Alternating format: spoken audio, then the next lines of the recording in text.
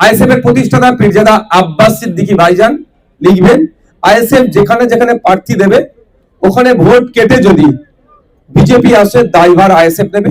গণতান্ত্রিক প্রক্রিয়াতে যে শাস্তি আমাদের নামে দেবে তৃণমূল, আমরা মাথা পেতে মেনে নেব।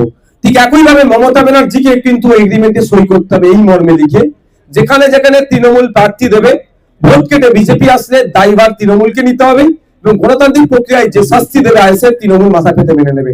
তাহলে দুধকে দুধ পানিকে পানি হয়ে যাবে। আমরা প্রস্তুত আছি বিজেপিকে হারানোর জন্য, প্রস্তুত আছি তৃণমূলকে হারানোর জন্য। কিন্তু আমাদের নামে তৃণমূল যে মিথ্যাচার করছে, যদি তৃণমূল সত্যিকার অর্থে বিজেপির বিরুদ্ধে লড়াই করতে চাই, আগামী কাল থেকে আমরা আমাদের পক্ষ থেকে সর্বোচ্চ চেষ্টা করে দ্রুততার সাথে এই জোট প্রক্রিয়া যাতে এই মাসের মধ্যে সমাপ্ত করা যায় সেটা তো করব। কেউ যদি কোনো জায়গায় প্রার্থী দেয় তাকে আমরা অবকাশ চোখে যদি দেখি, এটা কোনোভাবে কাঙ্ক্ষিত নয়। এবার হুমায়ুন কবির সাহেব থেকে শুরু করে আরো যারা আছে, আমাদের পার্টির কিছু এই 21শে জানুয়ারিকে কেন্দ্র করে কিছু ডিসিশন পেন্ডিং আছে। সেই বিষয়টা খুব তাড়াতাড়ি আমাদের কোর কমিটি পরে স্টেট কমিটি, আমাদের দুটো কমিটি বসে যে সিদ্ধান্ত থানা পার্টিকুলার শাসন থানা এই কাজটা করেছে, আমাদের কাছে খবর আছে। আমাদের অ্যাডভোকেটদের সাথে আমাদের এখানে আছেন, তারা দায়িত্বশীলেরা ফিরে যাবেন, গিয়ে বিষয়টা কি আছে বিস্তারিত তারা জানবেন এবং এর বিরুদ্ধে এটা ছেড়ে প্রশাসন যদি তার নির্দেশিকা তার গণ্ডির বাইরে গিয়ে দলদাসের মতো কাজ করে, সেই প্রশাসনকে আমরা ধিক্কার জানাই। ভোট হোক উন্নয়নের নিরিখে, ভোট হোক বেকারত্ব দূরীকরণের নিরিখে, ভোট হোক ওই চা বাগানের শ্রমিকদের শ্রমের মূল্যায়নের নিরিখে, ভোট হোক মুর্শিদাবাদের পরিযায়ী শ্রমিকদের সুরক্ষার নিরিখে, ভোট হোক। আমাদের দলের প্রতিষ্ঠাতা অলরেডি বার্তা দিয়ে দিয়েছেন পরবর্তী ট্রাই করবেন ব্রিগেডের জন্য। আমাদের এটা 21শে জানুয়ারি প্রতি বছর আমরা করি, আমাদের দলে এটা প্রতিষ্ঠা দিবস। সরকার প্রশ্ন সম্মুখীন হতে ভয় পাচ্ছে। কেন্দ্রের সরকার যে মুডে চলছে, রাজ্য সরকার একই মুডে ফ্যাসিস্ট চিন্তা ভাবনা নিয়ে চলছে, কোনো প্রশ্ন হবে না। কিন্তু এই সরকারের বিসর্জন হবেই হবে। দারুণ একটা কোশ্চেন করেছেন। আমরা জোট করবার জন্য প্রস্তুত, বিজেপি এবং তৃণমূলকে হারানোর জন্য, সহজে যাতে হারানো যায় তার জন্য, কষ্ট কম যাতে করে বেশি ফল পাওয়া যায় তার জন্য জাতীয় কংগ্রেস, লেফট ফ্রন্ট আরো যে সমস্ত সেকুলার ফোর্স গুলো আছে তাদেরকে আমরা জানিয়েছি। এবং আমাদের ইন দি মিন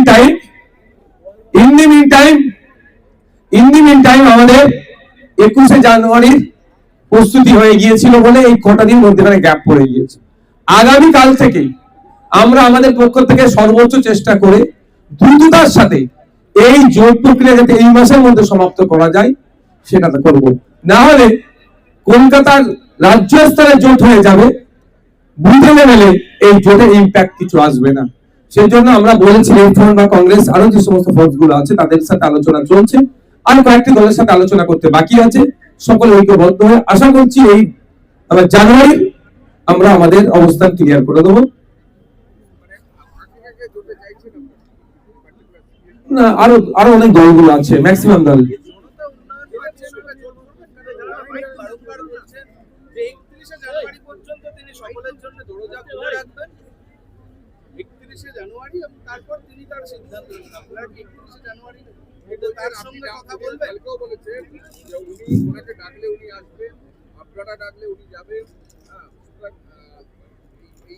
প্রত্যেকের অধিকার আছে, সে নিজে থেকে প্রার্থী ঘোষণা করতে পারে, কোন সিটে ঘোষণা করতে পারে। আমাদের ইলেকশন কমিশন অফ ইন্ডিয়া ওয়েবসাইটে গেলে দেখা যাবে 2200 থেকে 2500 রেজিস্টার্ড পলিটিক্যাল পার্টি আছে। সুতরাং কেউ যদি কোনো জায়গায় প্রার্থী দেয় তাকে আমরা অবকাশ চোখে যদি দেখি, এটা কোনোভাবে কাঙ্ক্ষিত নয়। এবার হুমায়ুন কবির সাহেব থেকে শুরু করে আরো যারা আছে, আমাদের পার্টির কিছু এই 21শে জানুয়ারিকে কেন্দ্র করে কিছু ডিসিশন পেন্ডিং আছে। সেই বিষয়টা খুব তাড়াতাড়ি আমাদের কোর কমিটি পরে স্টেট কমিটি, আমাদের দুটো কমিটি বসে যে সিদ্ধান্ত হবে আর কাকে কাকে এর মধ্যে ভোটে আনা যায়, সেই এবং তার লক্ষ্য উদ্দেশ্য অন্যান্য পার্টিগুলোর কি আছে, আমাদের সাথে লাইক মাইন্ডেড হলেই আমরা ঘোষণা দেব, আপনাদের মাধ্যমে জানাবো। না, আমরা এখনো তো আমরা অফিশিয়ালি আমরা তো এখনো আমাদের পার্টির এই প্রোগ্রামের জন্য আমরা বিষয়টা নিয়ে চর্চা করিনি পার্টির উইদিন পার্টি। এখন আমরা আলোচনাই করিনি আমাদের পার্টির মধ্যে। আমি কি করে বলবো এটা? আমার পার্টি যদি না আমাকে অনুমোদন দেয় তাহলে তো বলতে পারি না। আমি পার্টি চেয়ারম্যান হতে পারি, কিন্তু আমাদের ওই একটা পোস্ট, বাকি সব ল্যাম্প পোস্ট আমাদের পার্টিতে হয় না। আজকের অনুষ্ঠানে যাওয়ার সময় হাড়োয়াতে বেশ কয়েকজন আইএসএফ কর্মীকে থানায় নিয়ে গিয়ে পেটানো হয়েছে এবং তারা আসতেই পারেনি আজকে এই সভায়। শাসন থানা, পার্টিকুলার শাসন থানা এই কাজটা করেছে, আমাদের কাছে খবর আছে। আমাদের অ্যাডভোকেটদের সাথে আমাদের এখানে আছেন, তারা দায়িত্বশীলেরা ফিরে যাবেন, গিয়ে বিষয়টা কি আছে বিস্তারিত বিস্তারিত বিস্তারিত তারা জানবেন এবং এর বিরুদ্ধে এটা ছেড়ে কথা বলবো না।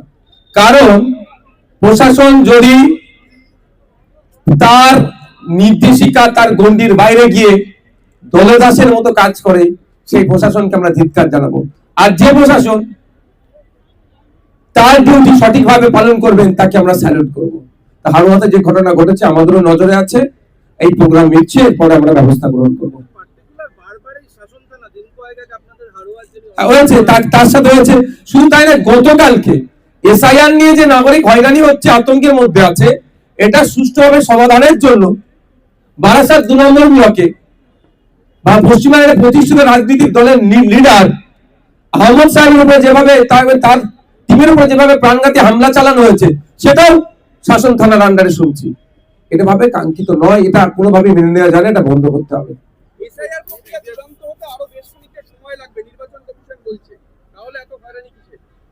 নির্বাচন কমিশন সকালে এক বলছে, সন্ধ্যা এক বলছে, মানুষ সেটা বুঝতে পারছে না। এখন যে 13টা ডকুমেন্টসের কথা বলেছে, কালকে নাও বলতে পারে, কটা বাদ হয়ে যাবে। উনি যখন বলেছিলেন গণেশ কুমারজি যে যাদের 2002 এর ভোটার লিস্টে নাম আছে তার কোনো অসুবিধা নাই, কোনো কাগজের প্রয়োজন হবে না, বাদ যারা লিঙ্ক করছে পিতা মাতা দাদু দাদি। এখন দেখছি 2002 এর ভোটার লিস্টের নাম যাতে তাকে হিয়ারিং এ ডাকা হচ্ছে, আর যারা লিঙ্ক করেছে তাদেরকেও ডাকা হচ্ছে। তো সুতরাং নির্বাচন কমিশন তার যে বক্তব্যতে তার স্থায়িত্ব না থাকার জন্য, স্থির না থাকার জন্য সাধারণ মানুষ আতঙ্কিত হচ্ছে।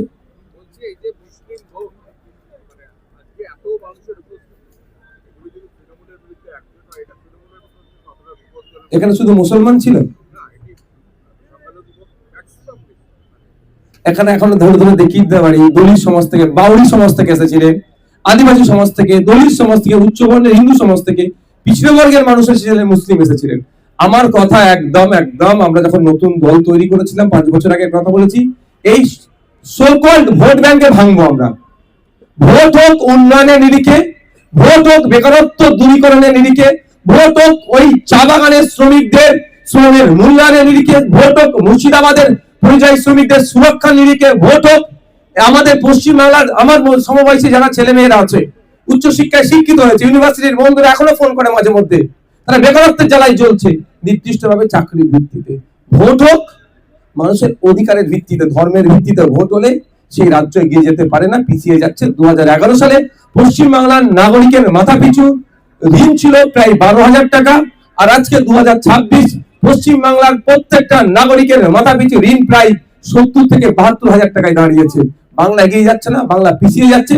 এই ধর্মীয় রাজনীতির উন্মাদনা তুলে এই পিছিয়ে যাকে বুঝতে দিচ্ছে না।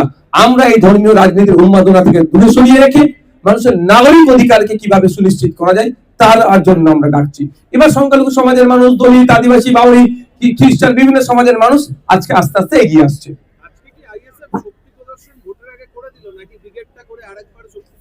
দেখুন, আমাদের দলের প্রতিষ্ঠাতা অলরেডি বার্তা দিয়ে দিয়েছেন, পরবর্তী ট্রাই করবেন ব্রিগেডের জন্য। আমাদের এটা 21শে জানুয়ারি প্রতি বছর আমরা করি, আমাদের দলে এটা প্রতিষ্ঠা দিবস উদযাপন করলাম।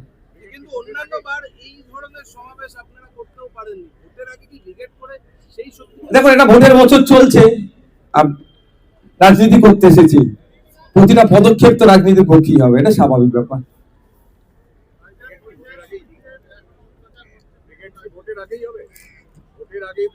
সর্বোচ্চ চেষ্টা তো করবেন, আমাদের দলের প্রতিষ্ঠাতা তো সে বার্তায় দিলেন।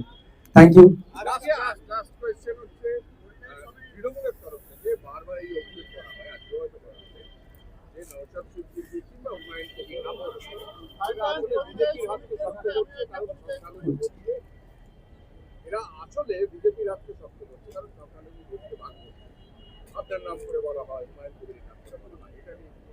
এটা নিয়ে আমি একটা ওপেন চ্যালেঞ্জ দিচ্ছি, এগ্রিমেন্টে আসুক তৃণমূল আমাদের সাথে।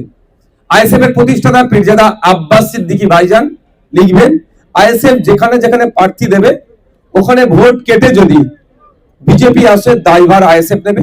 গণতান্ত্রিক প্রক্রিয়াতে যে শাস্তি আমাদের নামে দেবে তৃণমূল, আমরা মাথা পেতে মেনে নেব। ঠিক একইভাবে মমতা ব্যানার্জিকে কিন্তু এগ্রিমেন্টে সই করতে হবে এই মর্মে লিখে, যেখানে যেখানে তৃণমূল প্রার্থী দেবে ভোট কেটে বিজেপি আসলে দায়ভার তৃণমূলকে নিতে হবে, এবং গণতান্ত্রিক প্রক্রিয়ায় যে শাস্তি দেবে আইএসএফ তৃণমূল মাথা পেতে মেনে নেবে। তাহলে দুধকে দুধ পানিকে পানি হয়ে যাবে। আমরা প্রস্তুত আছি বিজেপিকে হারানোর জন্য, প্রস্তুত আছি তৃণমূলকে হারানোর জন্য। কিন্তু আমাদের নামে তৃণমূল যে মিথ্যাচার করছে, যদি তৃণমূল সত্যিকার অর্থে বিজেপির বিরুদ্ধে লড়াই করতে চায় এগ্রিমেন্টে সই করুন। 2021 সালে 77টা সিট বিজেপি পেয়েছিল, কটা ভোট কেটে সুযোগ করে দিয়েছে তৃণমূলকে, এই বিজেপিকে, সেই তথ্য আমাদের কাছে তোলা আছে। শেষ প্রশ্ন, গোটা রাজ্য জুড়ে আজকে আশা কর্মীদের উপরে যে অত্যাচারের ছবি ধরা পড়লো, গতকাল রাত থেকে তারা তাদের দাবি দেওয়া নিয়ে স্বাস্থ্য ভবন অভিযান করার কথা ছিল, কোথাও ট্রেন আটকে দেওয়া হলো, ট্রেন থেকে নামানো হলো, জিআরপি ব্যবহার করা হলো, কি মানে সামান্য একটা দাবি দেওয়া একদম নির্দিষ্ট একটা সংগঠন। যে দাবিগুলো আশা কর্মীরা করেছেন ন্যায়সঙ্গত দাবি, তাদের সাথে আমি আছি, দাবির সাথে আমি সহমত। 15,000 টাকা তাদের সাম্মানিক কি বলছে আছে, তার কাজটা কোন অংশে কম করছে না, ভোটের সময় তাদেরকে দিয়ে বকলমে ভোট প্রচার করিয়ে নেয়। আজকে রাজ্যের যে গণতন্ত্রের পরিবেশ কতটা তলানিতে পৌঁছে গিয়েছে, আশা কর্মীদের উপরে যে অত্যাচার করেছে বিভিন্ন জায়গায়, গতকালকে আমি দেখছি, গতকাল থেকে হচ্ছে, ট্রেন থেকে নামিয়ে নেওয়া, গাড়ি আটকে দেওয়া। আরে আমার ডেমোক্রেটিক রাইট, আমি এক্সারসাইজ করতে পারবো না, প্রোটেস্ট করা? সরকার প্রশ্ন সম্মুখীন হতে ভয় পাচ্ছে। কেন্দ্রের সরকার যে মুডে চলছে, রাজ্য সরকার একই মুডে ফ্যাসিস্ট চিন্তা ভাবনা নিয়ে চলছে, কোনো প্রশ্ন হবে না। কিন্তু এই সরকারের বিসর্জন হবেই হবে, আগামী দিনে এই সরকারকে মানুষ বিসর্জন দেবে। আর একটা ভাই পরিযায়ী শ্রমিকদের কথা বলছেন, ওই পরিযায়ী শ্রমিকদের সমস্যা সমাধানের জন্য রাজ্য সরকার সে ধরনের কোনো গুরুত্বপূর্ণ পদক্ষেপ নেয়নি। জয়েন্ট সেক্রেটারিকে তো পাঠাতে পারে, স্পেশাল সেক্রেটারিকে যে জায়গায় ঘটনা করছে সেই রাজ্যে পাঠাতে পারে, তো চিফ সেক্রেটারিকে অন্তত পাঠাতে পারে।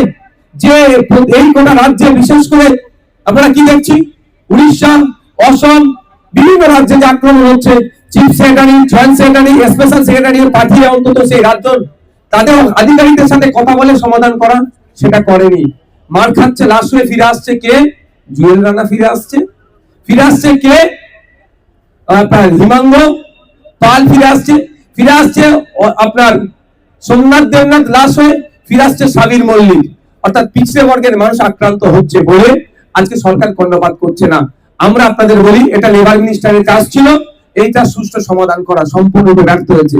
Inter state migrant labour act আছে, inter state migrant labour act 1979, তার অনুযায়ী যদি তাকে মান্যতা দিয়ে, প্রত্যেকটা রাজ্যের সেন্ট্রাল আইন মান্যতা দিয়ে চললে না আপনার পরিযায়ী শ্রমিকরা আক্রান্ত হবে, না কাজের শেষে তাদের অনেক ক্ষেত্রে দেখা যায়, এই আপনার গত বছরে